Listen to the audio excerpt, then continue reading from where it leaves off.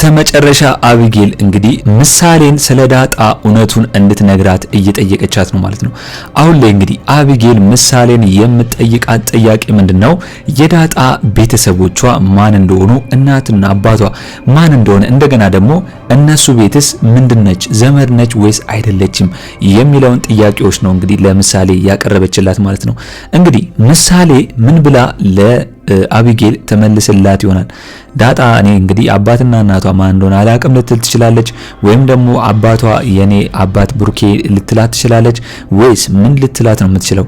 እስቲ ሁላችሁም በዚህ ጉዳይ ሐሳብ አስተያየታችሁን ኮሜንት ላይ ማስቀመጣችሁ እንዳረሱ። ሌላው ጉዳይ ደግሞ ዳጣና ናታን አንድ ላይ ሆነዋል ማለት ነው። እንግዲህ የሁለቱ ፍቅር እንደቀጠለ ነው፣ እያጣጣሙ ነው። ነገር ግን አሁን ላይ በኔ በኩል የሚያስፈራኝ ነገር ምንድነው? በሚስጥር ማድረጋቸው ነው ማለት ነው። አሁን ላይ ሁለቱም እንግዲህ ዳጣም ናታንም ለማንም ሳይናገሩ ለአቶ ደረጀ እንኳን ሳይናገሩ በሚስጥር ማድረጋቸው አንድ ቀን ሲጋለጡ ለነሱም ጥሩ አይሆንም። እንግዲህ ቤተሰቡ ይታወቃል ክብር እንዳለው። ወይዘሮ ማርታም እንግዲህ ከሁሉም ነገር በላይ ክብር እንደሚቀድም ነው የምታሳውቀው። ስለዚህ ሁለቱ ከተዋደዱ ለማንም እንደዚህ መጨነቅ በኔ በኩል የለባቸውም ብዬ ነው የማስበው። አቶ ደረጀም ከብዙ ጊዜ እንደገና አንዳንድ ጊዜም እንግዲህ የሁለቱን ግንኙነት አይቷል። ነገር ግን ይህን ነገር ደግሞ ለማረጋገጥ ያው ናታን አይዋሸኝም ብሎ ብዙ ጊዜ ጠይቆት ነበር። ዳጣን የሚወዳትና የሚያፈቅራት ከሆነ ከሷ ጋር የሆነ ግንኙነት ጀምሮ ከሆነ ለምን ለኔ አትነግረኝም ብሎ ብዙ ጊዜ ጠይቆታል። ናታን ግን ለምንድን ነው የማይነግረው? ዝምታ ለምን ዝም ይለዋል? ለምን ዳጣን እንደሚወዳትና እንደሚያፈቅራት እውነቱን ለምን አይነግረውም? ምክንያቱም አሁን ላይ እንግዲህ አቶ ደረጀ ናታንን የሚያስበው አቢጌልንም እንደገና ውሃንም እንደገና ደግሞ ዳጣንም እንደ ወንድማቸው እንደ እህት እንዲቆጥራቸው ነው እንጂ እሱ ደግሞ እንደ ወንድም እንዲሆን ነው እንጂ እንደዚህ ይፈጠራል ብሎ አያስብም። ምክንያቱም ከዚህ በፊት እንግዲህ እንደሚታወቀው ወይዘሮ ማርታ ናታንን ከአቢጌል ጋር እንዲጋቡና አንድ ላይ እንዲሆኑ የናታንንም አባት እንግዲህ እንዲያወራውና ዝምድና እንዲፈጥሩ ለማድረግ ቢሞክሩም ነገር ግን ናታን ያለ ፍላጎቱ ምንም አይነት ነገር ማስገደድ አንችልም ብሎ ለሱ ተከራክሮለታል አቶ ደረጀ። ስለዚህ አሁን ላይ ናታን እውነቱን መናገር የለበትም ብላችሁ ታስባላችሁ? ለአቶ ደረጀ እንግዲህ ለሱ እንዲህ ከሚዋሸውና ዝም ከሚል ሁሉንም ነገር መናገር አለበት ብዬ ነው የማስበው። እስኪ እናንተስ በዚህ ጉዳይ ሁላችሁም ሐሳብ አስተያየታችሁን ኮሜንት ላይ ማስቀመጣችሁን እንዳደረሱ። ዳጣ ክፍል 53 ቶሎ እንዲለቀቅ ሁላችሁም ኮሜንት ላይ ክፍል 53 ቶሎ ይለቀቅልን በማለት ይህንን ቪዲዮ ላይክ በማድረግ ጀምሩ። እንግዲህ አሁን ላይ ሰላም ተጨንቃለች ማለት ነው። ምክንያቱም ዳጣ ስለራሷ ስለ ማንነቷ እናትና አባቷ ማን እንደሆኑ እንደገና ደግሞ ሰላም የጠየቀቻት ጥያቄን መልስ አልመለሰችም ዳጣ ማለት ነው። እናቷ በደንብ እሷን ጡት አጥብታ እንዳሳደገቻትና ጡትን በደንብ እንዳልጠባች ነው እንግዲህ ሰላም እየጠየቀቻት የሚገኘው። ይሄ ማለት ምንድነው? አሁን ላይ ሰላም ለማረጋገጥ የፈለገችው ምንድነው? ዳጣ ምን ብትሆን ነው እዚህ ቤት አቶ ደረጀ ሊያመጣት የሚችለው ሚለውን በራሷ እያሰበች ነው የምትገኘው። ሁለተኛ ነገር ደግሞ እሷ አሁን ላይ በደንብ ጡት ጠብታ እናቷን የማታቃት ከሆነና በደንብ ጡት ጠብታ ያላደገች ከሆነ ሰላም የኔ ልጅ እኮ እንደዛ ትሆናለች። ምክንያቱም በልጅነቷ በጨቅላ ህፃንነቷ ነው ከዛ ቤት እንደምን ብሎ አቶ ደረጀ እንድትወጣ ያደረጋት የነበረው ማለት ነው። ታሪኩ እንደሚታወቀው የዳጣን ይታወቃል። ስለዚህ ሰላም አሁን ላይ ዳጣ ልጄ ብትሆንስ ብላ እያረጋገጠች ይሆናል ብዬ ነው የማስበው። ምክንያቱም ሁሉም ነገር እንግዲህ ብትጠይቃትም ዳጣ ግን ዝምታን መርጣለች ማለት ነው። ምንም አይነት ምላሽ አልመለሰችላትም። ምክንያቱም አቶ ደረጀ ዳጣ ምን ብትሆን ነው እዚህ ቤት ሊያመጣት የሚችለው እንዲህ እንድትኖር የሚያደርገው እንደገና ደግሞ ከልጆቹ ሳይለይ እንድትኖር የሚያደርጋት ለምንድን ነው ብላ እያሰበች ስለሆነ እንግዲህ ሰላም በእሷ በኩል እንግዲህ ሁሉን ነገር ለማጣራት እየሞከረች ነው የምትገኘው ብዬ ነው የማስበው። ሌላ ጉዳይ ደግሞ እንግዲህ አቢጌል ነች። አቢጌል ዳጣ እንድትቀጠቀጥና ዳጣ እንድትመታ በአርጁን ፈልጋ ነበር ማለት ነው። ነገር ግን አልተሳካላትም። እንደሚታወቀው ዳጣ ያራዳ ልጅ ነች። እንግዲህ ከአርጁን ጋር ከመደባደብና እሱን እንትን ከማድረግ ይልቅ እንግዲህ እንደምንም ብላ በአራዳን ቋንቋ ተነጋግረው ጨርሰዋል ማለት ነው።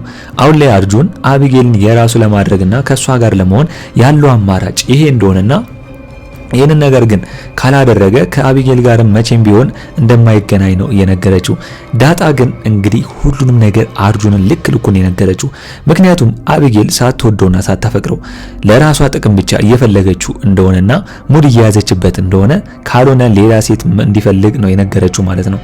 አሁን ላይ አርጁን ከአቢጌል ውጪ ወደ ውጪ ቢልም ነገር ግን ዳጣ እንዲያስብበትና አቢጌል እንደማትወደው እሱን ከሱ ጋር መሆንም እንደማትፈልግ እንደገና ደግሞ እሱ ላይ ሙድ እየያዘችበት ለራሷ አላማና ለራሷ ጥቅም ስትል እየፈለገችው እንደሆነ አሁን ላይ ዳጣ ነግሯለች። ነገር ግን አሁን ላይ ለአርጁን ብላ በአርጁን እንደተመታችና እንደቀጠቀጧት ለማስመሰልና ለአቢጌልም ልትናገርለት ነው ማለት ነው። ይሄ ነው በቃ ጨዋታው። አርጁንም ያራዳ ልጅ ነው፣ እንደገና ዳጣም ያራዳ ልጅ ነች። ተስማሙ ማለት ነው። ምክንያቱም ከዚህ በፊት አቢጌልም እንኳን ዳጣን ምታልኝና ዳጣን የሆነ ነገር አድርግልኝ እንኳን ብትለው እሱ ጨንቆት ነበር። እንዴት ዳጣን ያራዳ ልጅ ምን ላረጋት ይችላል ብሎ ማለት ነው። ነገር ግን አሁን ላይ አርጁን እንዳይሳታ ይህንን ነገር ልታደርግለት ነው ማለት ነው። ስለዚህ አርጁን እንግዲህ ፈታ ብሎ በቀጣይ ከአቢጌል ጋር የሚገናኝ ይመስለኛል ብዬ ነው ማስበው። እንግዲህ እንደሚታወቀው አሁን ላይ ምሳሌን ይዛ መታለች ዳጣ።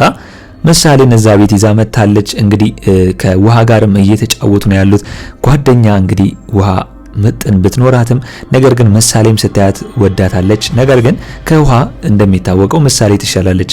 ምንም ቢሆን ሁሉንም ነገር የማይሆን ነገር እንደ ውሃ አትዘባረቅም፣ እንደ ውሃ አትፈስም ዝም ብላ ማለት ነው።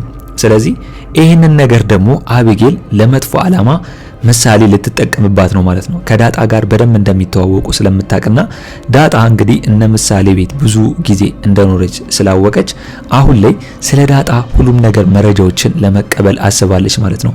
በእኔ በኩል እንግዲህ ምሳሌ አሁን ላይ ጻናት ልትናገር ሜቢ ልትችል ትችላለች። ነገር ግን ምሳሌ እኔ ዳጣ የማን ልጅ እንደሆነች አላቅም ካለች ግን ወይም ደግሞ አሁን ላይ ምሳሌ እንግዲህ ዳጣ እንደዚህ ነበር ከመሬት ነው ያገኘናት ብላ ግን ካወራችን ይሄንን ሚስጥር ካወቀች አቢጌል በራሷ መንገድ ሌላ ነገር ልትፈተውት ትችላለች ብዬ ነው ማስበው። ነገር ግን እስቲ እናንተ ምሳሌ እውነቱን ታወራለች ወይስ አታወራም? ሁላችሁም በዚህ ጉዳይ ሐሳብ አስተያየታችሁን ኮሜንት ላይ ማስቀመጣችሁ እንዳረሱ። እንግዲህ ሌላው ጉዳይ ደግሞ የሚሆነው ማለት ነው ሰላም ነች። እንግዲህ አሁን ላይ ሰላም ከናታን ጋር እየተነጋገሩ ነው ማለት ነው። ምክንያቱም አሁን ላይ ናታን ከዚህ በፊት በሚስጥር እነግርሻለሁ ብሎ የነገራት ነገር አለ ከዳጣ አወጣቶ ማለት ነው። አሁን ላይ ናታን ከዳጣ ጋር ስለተቀራረበና አሁን ላይ ፍቅር ውስጥ ስለሆኑ ስስጎኗን ስለያዘ ስለሷ ቤተሰቦች ለማጣራትና ያንን ደግሞ ያጣራው ነገር ለሰላም እንደሚነግራት ነው የነገራት። ምክንያቱም ሰላም አሁን ላይ የዳጣን ቤተሰቦች የፈለገችው ለምንድን ነው? ለራሷ ስትል ነው። ይህንን ነገር ለማረጋገጥ የፈለገችው ነገር አለ ብዬ ነው ማስበው። ምክንያቱም ናታንን ዳጣን አወጣጣልኝ ያለችው ዳጣ የሆነ ነገር እንደደበቀች ስለሰማትና ስላወቀች ነው። አሁን ላይ ሰላም በናታን በኩል ስለ ዳጣ አንዳንድ መረጃዎችን ለማወቅ ያሰበችው ማለት ነው። ስለዚህ ናታን እንግዲህ አሁን ላይ ዳጣን ሁሉም ነገር አወጣቶ ሁሉም ነገር ልትነግረው ትችላለች ብዬ ነው ማስበው። ናታን ግን ለሰላም የሚነግራት ከሆነ ዞሮ ያው ቤተሰቦቿ ማን እንደሆነ ስለማታውቅ ዳጣ ሁሉም ነገሮች መረጃዎች አሪፍ ይሆኑላታል ብዬ ነው ማስበው። ነገር ግን አሁን ላይ ዳጣ ደግሞ እያሰበች ያለችው ነገር ምንድነው? ከዚህ በፊት እንደሚታወቀው ወንዶች ሁሉ እንደ ጓደኛ እንደ ወንድም ነው እንጂ እንደ ፍቅረኛ አስባቸው እንዳልሆነ ይታወቃል። አሁን ላይ ናታን ላይ ነው እንግዲህ ቁጭ ያለችው ወይም ደግሞ እንደ ፍቅረኛ ያሰበችው ማለት ነው። ስለዚህ አሁንም ቢሆን ናታን ከምን ጊዜውም በላይ እንዲወዳትና እንዳይጎዳት ነው የነገረችው። ፍቅር የሚባል ነገር አታውቅም። እህትና ወንድም ነው እሷ የምታውቀው፣ ኖርማል ጓደኛ ነው። እንደዚህ አይነት ፊሊንግ ውስጥ ገብታ ስለማታውቅ ናታንን እየለመነችውና እያስጠነቀቀችው ነው የምትገኘው ማለት ነው። እንግዲህ አሁን ላይ የናታንና የዳጣ ድፍረት ይለያል። እንግዲህ እዛ ቤት ውስጥ ነው አንድ ላይ ቁጭ ብለው ጭራሽ የፍቅራቸውን ዓለም እየቀጩ ያሉት። አሁን ላይ እንደሚታወቀው ወይዘሮ ማርታ አንድ ነገር የምትፈልገው ሁለቱም ብታያቸውስ የሆነ ነገር አትልም? ሁለቱም ብታያቸውስ ዳጣን ከዚህ ቤት እንድትወጣ ልታደርግ አትችልም? ስለዚህ በእኔ በኩል ሁለቱ ካልተጠነቀቁና ካልተደበቁ ጥሩ አይመጣም ብዬ ነው ማስበው። እስኪ እናንተስ በዚህ ጉዳይ ሁላችሁም ሐሳብ አስተያየታችሁን ኮሜንት ላይ አስቀምጡኝ። እንግዲህ ሌላው ጉዳይ ደግሞ የሚሆነው አቶ ደረጀ ነው። አቶ ደረጀ ለመናገር እያኮበኮበ ነው። ልናገር ወይስ አልናገር የሚለውን ነገር እያጣረ ነው። መጀመሪያ እንግዲህ ወይዘሮ ማርታን ፈተና እየፈተናት ነው። ምክንያቱም ይህንን ነገር ከመናገር አስቀድሞ እንደዚህ አይነት ነገር ባደርግስ፣ እንደዚህ አይነት ነገር ቢፈጸምስ፣ እንደዚህ አይነት ነገር እኔ ላይ ቢደርስብኝስ አንቺ ይቅር ትይኛለሽ ወይስ አትይኝም እያለ አሁን ላይ ለማርታ እውነቱን ለመናገር እንግዲህ ቀድሞ እንግዲህ ሰላም ከመስማቷ በፊትና ሰላም ለማርታ ከመናገሯ በፊት ራሱ ለመናገር ወስኗል። ነገር ግን አሁን ላይ የሰላምን ሁኔታ እያጠና ነው ማለት ነው። ዞሮ ዞሮ የማርታን ሁኔታ እያጠና ነው። ነገር ግን አሁን ላይ አቶ ደረጀ ማርታ ከሌላ ሰው ከምትሰማ ራሱ ቢነግራትና ቢፈርጥ ይሻላል ብዬ ነው የማስበው።